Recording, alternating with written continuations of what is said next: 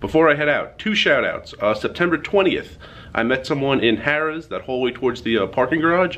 You were wearing a Met hat. You followed me on Twitter since, but officially, nice to meet you. Glad you like the videos. And September 20th, very shortly after the Mets clinched their playoff spot. So, nice hat. And on September 23rd, I was playing Red Rock. It was a Friday. One of the dealers walked by and said, make sure you count how many chops, dealer mistakes, and tips there are, and get back to me at 7 a.m. So, glad you enjoy Keep Track Week, which is actually not as popular as I thought it would be. I really enjoy it, but glad you enjoy the videos, and nice to meet you.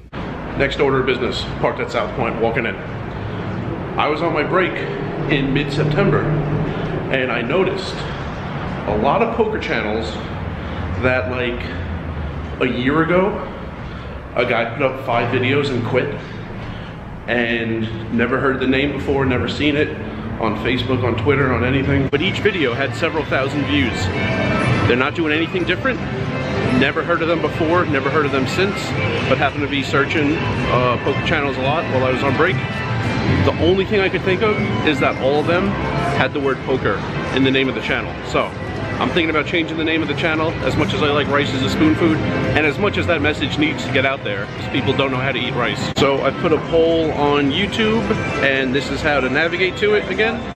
And as I show you how to navigate to the poll, hope you enjoy the background picture. This big 3-way all-in I just saw at Aria. It was flopped set versus rivered set, and third guy never showed. So here is the homepage. Hope you enjoy the new banner picture. It's a picture I took myself of the strip from my Rio room a couple weeks ago. Hope you also enjoy the new icon picture. A friend of mine got a picture of me as I was stacking my chips after I won a 3-way all-in at Bally's. But here is how you get to the poll. Community tab in the middle of the page, and if you click on it and scroll down, you get to the poll. So these are the 4 I thought of. Bearded Poker Nomad, that's me.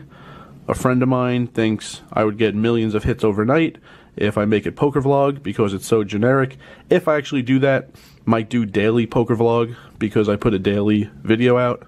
Also the Poker Nomad, even though there are other accounts with similar names, I don't think they're all that active on social media anymore. And if you think it's very important that the word rice is still in the channel name, there's Rice Poker. But you could also leave a comment if there's something great you think is out there that I haven't thought of. And I also put a poll on Twitter, but I have way more subs on YouTube than followers on Twitter. And it's not that the winner is going to be the name of the channel, but it's one of the pieces of information I'm going to use to decide what to change the channel name to. So those 4 options are up there, all specific to me, mostly all have the word poker in them, and I'll see what the existing fans think about it. But the other poll that was on that community page, I think still is up there on my YouTube page. That was, you know, most votes. I'll give you guys what you asked for. December, I'm planning on the first 25 days of December, 5 different topics, each getting 5 videos. That's 25 videos from December 1st through Christmas. One will be lag hands, because that won the multiple choice. And then in the comments, what was very popular was more information about my finances and how I pay for things the way I live. A third thing will be my dividend plan to fund my retirement. When I put up my long-term poker goals, I mentioned that. There was a lot of talk about it in the comments. A 4th topic will be year-end stats. I'll be done with poker in December, except for maybe a trip to Atlantic City once I'm back at my parents' house. And the 5th topic, I don't know yet, but that's the plan for December. Penultimate order of business with the T-Mobile Arena behind me. Planning on the 250 hours in 25 days happening October 23rd through November 16th. It's a little flexible. It might not be those days exactly. I'll let you know on Twitter or here in a video what day I start. Basically wanted the most amount of rest between the 100-hour challenge and the 250, but it needs to end before Thanksgiving. I'm not playing on Thanksgiving. I'm only going to be here for 2 weeks max after Thanksgiving, and after I leave here, maybe play 1 or 2 days in Council Bluffs or WinStar on the way back to the East Coast, and probably an Atlantic City trip once I'm back, but it really needs to end before Thanksgiving. So October 23rd through November 16th is what I'm planning right now. And it's not going to be the same. Not for 25 days. I'm going to do a full day in the life for each day. Probably a mix which a friend of mine suggested.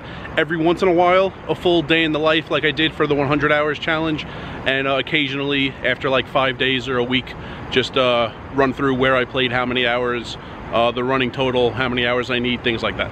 Didn't realize with the T-Mobile Arena behind me that apparently there are stables right here in the parking lot of Excalibur. That's a horse in the top left. There's this sand area for the horses to run around in. Don't know what's going on here. I know South Point hosts a rodeo each year, but pretty cool to find this.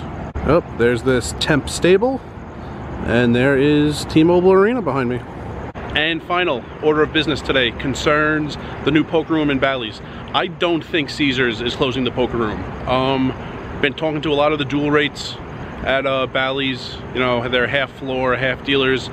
I'm hearing the number 18 for the new number of tables, which still, we had 14 in the old room. This is about twice the space for just 4 more tables, but I am hearing 18 a lot. I did hear 19, 18 like normal tables, and 1 live stream table in its own walled off room, its own area in the corner. I'm not hearing 34 tier credits anymore for Bally's, which is good. Keep that at Caesars. The main thing was when I was hearing 30 tables, I thought it might be the increase they needed to take all the Caesars players, but when I'm hearing 18, that's not nearly enough. So it's looking like Bally's is going to be Bally's, just different. It's also going to be called the Horseshoe, and Caesars Palace is still going to have its own poker room. Another key thing to some people, to be, I think, a 5-diamond resort, technically, you need a poker room. So Caesars, if they ditched poker, wouldn't be able to call themselves a 5-diamond resort. I did hear that about other casino hotels that did ditch their poker room, that they would never want to do that to lose that categorization, and they have. But I guess if Caesars cares more about one of their properties than any other, it would be the flagship location, Caesars Palace. So it's looking like Caesars is going to keep its poker room, and Bally's is just going to have a new, bigger poker room with slightly more tables.